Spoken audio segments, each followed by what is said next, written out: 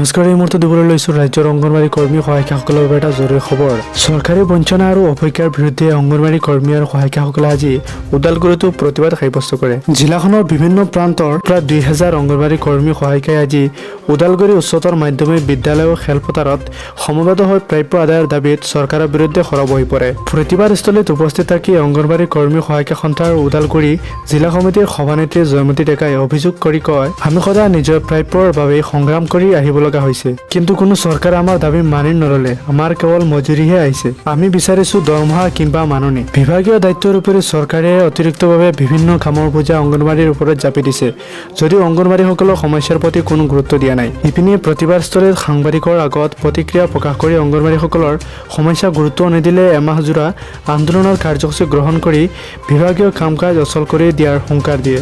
জিলা সমিতিৰ সাধাৰণ সম্পাদিকা ৰেণু দেৱীয়ে প্ৰয়োজন হলে দিছপুৰৰ পদলৈত প্ৰতিবাদ সাব্যস্ত কৰিব বুলিও অংগনৱাড়ী সভানেত্ৰীয়ে সকীয়াই দিয়ে। ইপিনে মহিলা আৰক্ষী বিষয়া জোনমণি ৰাভাৰ ৰহস্যজনক মৃত্যুৰ ঘটনাটোক লৈও অংগনৱাড়ী কৰ্মী সহায়িকাসকল সৰব হৈ পৰে। জোনমণিৰ হত্যাৰ বিচাৰ লাগে, হত্যাকাৰীক কঠোৰ শাস্তি দিয়ক আদি ধ্বনিৰে প্ৰতিবাদীসকলে পৰিৱেশ উত্তাল কৰি তোলে। জোনমণিৰ হত্যাকাৰীক শীঘ্ৰে চিনাক্ত কৰি কঠোৰ শাস্তিৰ দাবী জনাই অংগনৱাড়ী ৰুণু বায়েনে মহিলাসকল সুৰক্ষিত নহয় বুলি অভিযোগ কৰে।